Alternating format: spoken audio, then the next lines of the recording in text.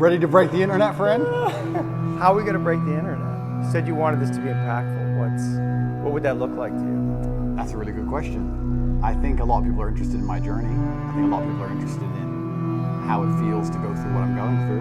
I think there's a lot of people who want me to martyr myself. A lot of people are living vicariously through me. Yeah. There's a lot of people who say, yeah, Andrew, keep going. They don't really care. They just enjoy the drama of it all. And I think I've already broken the internet, but you're a very interesting man to talk to. And with your insights, I think together, we're going to have quite a large audience. Yeah, I mean, that's a question that I have for you. Why did you want to talk to me? As a psychotherapist, you have your skepticism about psychotherapy, and yet here I am. That's true. We had a conversation before, and I've been told by many people it was my most interesting podcast ever. So I think it obviously varies from the norm in terms of the normal things I'm asked about. You have some unique insights. And I thought it'd be an interesting conversation. A lot of people are asking me especially about my mental state and those kind of things post-jail. So I thought, well, my most interesting podcast ever. People seem to be very interested in that side of me. So perhaps it could be a good conversation. Does it make you nervous that there may be things that you don't know about yourself that I'm going to try to reveal to you? I know everything about myself. You know everything about yourself. I believe that I have an intimate grasp of all the things about myself which matter, which allow me to compete. Right. So there may be things I don't know, but I'm not sure if I do. So I'm not interested. Right. What's useful is more important than what's true.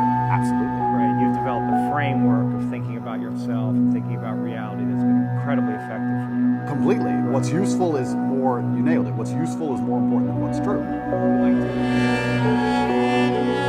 because you have a lot of influence. And that's got to feel good influence on people. You have this world. It's a powerful world. It's got all these things. So you want to influence other people in some way to adopt. I think that charity is probably one of the most selfish things, which most people say, I'm giving money. I give $25 million to the website, takepledge.com, you can see it. And I feed children across the world, mainly in Islam and in Africa. Am I doing that for the children? Yes. But I also feel good. I feel good for doing it. So it's not a selfless act. Nothing selfless. And it shouldn't be, that's right. So when I'm helping all these people out, I'm not doing it because I'm something I feel good helping people sending emails saying you changed my life. I feel good about it. I'm not going to sit here and pretend I'm just Mr. Philanthropist and I just care about the world. No, I like helping people because I feel good about doing it. It makes me feel good inside, which is why I do it. So yeah, I use my power to feel good. And I think the easiest way to feel good is to make others feel good. I believe that humans exist that way, and I think that's why we're societal animals. Even in jail, when I felt my worst, my goal was to make someone else smile. Because if I can make someone else smile, I would smile. So if on my worst days, I was my most charming, my most energetic, my most interesting, my most talkative. Yeah. I was happiest on my worst day because I decided that's how I have to be to stop myself feeling bad. Do you struggle between, your will is very strong, and I can feel the place where you like to impose your will in the world. So your will versus God's will. Well, he'll win. Are you in a fight with God at some level, like not literally, but consciously, between His will and your will? No, I think I am doing His will. I think I am doing His will, which is what it takes to be truly successful in the world. I do believe that the moral arc of the universe does bend towards truth. That's not my saying. I think that's Martin Luther King's. But I think that it bends towards truth and justice in the end. I think that the battles we are currently fighting in society, which look hopeless, in the end can be won. And I feel like I am doing His will by standing up for the truth. I think I'd have to be a complete coward of a man to end up having all of the masculinity of the planet and then say, oh, but if I tell them good things, if I help them and help the world by extension, I might get in trouble.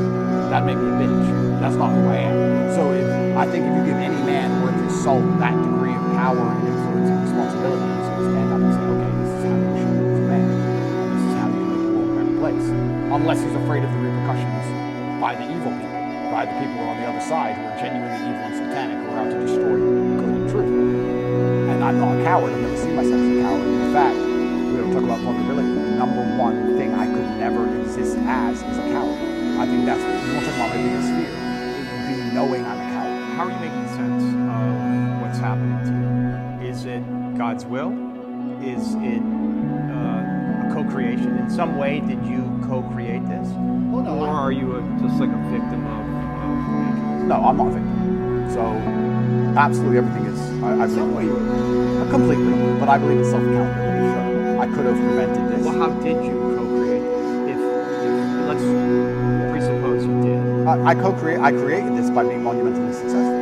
Are you taking on the full responsibility that you have given all of the gifts that you've been given? Is there any place where you're not taking on responsibility? No, I think I take care of absolutely everybody I love in every single way. I think anybody who's ever needed me, I've been there for them, and they deserve me. I think anybody who listens to my message is becoming a better person overall. I genuinely believe I'm fixing and helping society. I don't know what else more I'm supposed to do. I mean, to a degree, I'm almost marking myself. What else more can I do? My options at this point are either to continue to help people and explain to men why I became so successful, which is all I'm basically doing. I'm saying you're a man and you're upset and you want to be X. I'm telling you how I became what I wanted to be. This is what I did. My general consensus is that I don't think I can change or affect the world to the point where pain and suffering and bad things are not going to happen.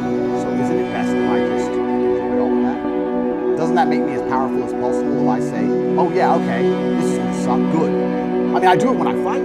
Yesterday I was fighting, right? We were doing 12 rounds and all of us were destroyed. The more he hurt me, the more I wanted to hurt him back. The more he hurt me, the better it felt. The more powerful I felt, the more he hit me.